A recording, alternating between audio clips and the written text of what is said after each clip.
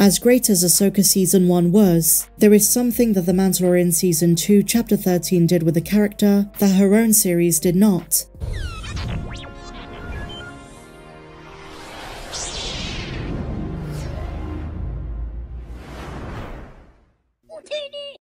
So today we have a few interesting Star Wars news tidbits, and we're gonna begin with Ahsoka viewership.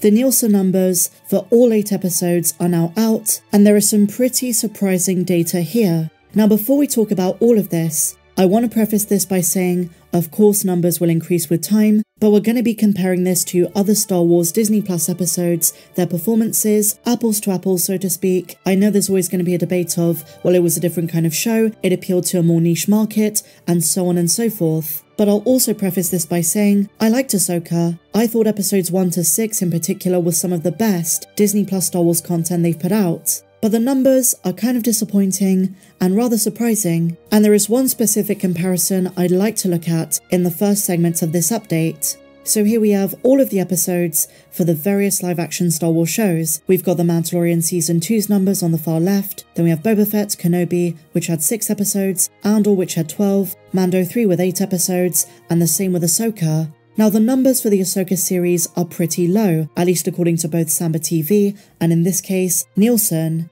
In previous videos, we spoke about earlier episodes, but the one that we want to look at today is episode 8, the finale. This is recorded in terms of minutes watched. So if we look at Ahsoka's finale, 575 million minutes watched, which is significantly less than for all the other shows' finales respectively. Now in terms of overall ranking, it's still pretty good. The finale scored number 2 behind Netflix's Love is Blind for Nielsen's overall original shows, but it's still a fraction of Mando Season 2, Boba Fett, Kenobi, Andor, and Mando Season 3. As I say, there are lots of reasons for this, but the one comparison I'd like to draw is Mando Season 2 Episode 5, Ahsoka's first live-action appearance in Chapter 13 The Jedi, and any of the episodes of her own show.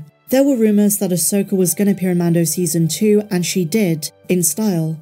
And I understand it's difficult to compare the two. They're 2 different shows, they had 2 different stories, there is some overlap, but the tone and style were very far apart. But that doesn't matter here, because what I want to point out is that Mando's introduction of Ahsoka was casual fan-friendly, whereas the way the Ahsoka series depicted plot threads and characters from Rebels really threw fans into the deep end from the word go. Had Ahsoka's first couple of episodes been structured differently, I think the outcome in terms of viewership would have been very different. They would have engaged more casual fans. Let's get into this. Ahsoka's introduction in Mando was powerful, showing her full strength against the Corvus guards right from the word go. Her mission at this point was still a mystery, and a live-action persona, enigmatic, yet consistent, and we understood the basic premise. Ahsoka is on Caladan, a city on Corvus, to get information from the magistrate Morgan Elsbeth. Mando and Grogu were sent by Bo-Katan there to find Ahsoka Tano. Boom, our premise, very fixed, sorted, simple to follow. After the first scene, that is all you needed to know.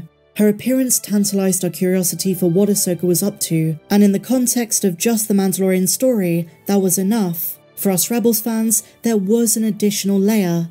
Was Corvus part of the plan to find Ezra and Thrawn? So when she name drops the Chiss Grand Admiral near the end of the episode, it all becomes clearer. Her personal mission to Corvus was to find the whereabouts of Thrawn, who the magistrate Morgan Elsbeth was working for. Pretty straightforward, and even if you don't know Star Wars Rebels, and you don't understand what happened at the liberation of Lothal, Ezra and Thrawn getting launched into hyperspace by the Purrgil, there is enough to understand the gist, and casual fans are kind of hoping this is going to be explained at a different point when it's relevant, and that's the key. Ahsoka's appearance in Mando mattered independently of her own mission. That was secondary, because she mattered to one character central to Mando that we all know and love, Grogu. She was the one who told us his backstory. Translating, she revealed what he said to her through the Force, so we could stop calling him Baby Yoda, and she also gave us a bit of his backstory, being trained by many masters, being around on Coruscant at the time of Order 66, and not just this, but Ahsoka served to advance the next stage, the next chapter of this season of the Mandalorian story, by sending Din and Grogu to Tython, to the Seeing Stone. Not a single moment of the episode was wasted, not a single second of her appearance. and the use of the character was concrete and purposeful. It was poignant, and all references to wider aims, goals, and her mission were just gravy for those of us who knew what her mission was after the Star Wars Rebels epilogue. Dave Filoni and Jon Favreau had achieved perfection after months of rumours and speculation that Ahsoka was going to be in Mando Season 2. It did not disappoint, and much like the appearance of Boba Fett, and I guess you could add Bo-Katan and Luke to the list if you want, hers was impactful, had creative direction to advance the character without it feeling empty or needlessly dragged out. And they were used in a way that advanced the main story. That's the point, not distracting too much from it. So when fans were promised an Ahsoka spin-off, we always knew there was going to be a Star Wars Rebels backdrop, but I guess for the casual viewer with no knowledge of the animated shows, they were expecting a bit more explanation, a bit more hand-holding. And while there was to some extent, if you hadn't seen Star Wars Rebels, there wasn't too much in the first few episodes to keep you caring about these characters and the story.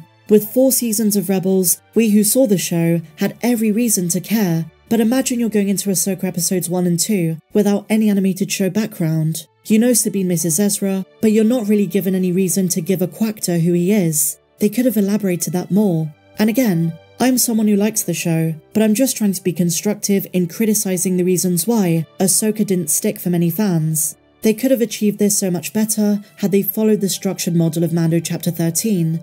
At least I think so. A lot of context was missing for so many fans. They were being presumptuous that everyone had seen Rebels, and so for characters like Jacen Syndulla, what emotional weight would there have been when he popped up on screen? Probably very little. The show is telling you to care about these characters because there is so much backstory to them that is not introduced in this show, but they don't tell you why. And that is why fans gravitated to the brand new characters that have never been in Star Wars before, like Baylan and Shin, because this is their first introduction, and they set out explicitly who they are, why they matter, and the role they play in this story. There was no ambiguity, complex characters, but still very easy to follow. No homework needed. But for the characters like Kira, Sabine, Ezra, they could have given us a recap in Ahsoka Episode 1. This would have done wonders. And I've seen a criticism that even for Star Wars Rebels fans, it was a bit confusing because at no point in the 4 seasons of the show did they demonstrate any chemistry between Ahsoka and Sabine to be master and apprentice.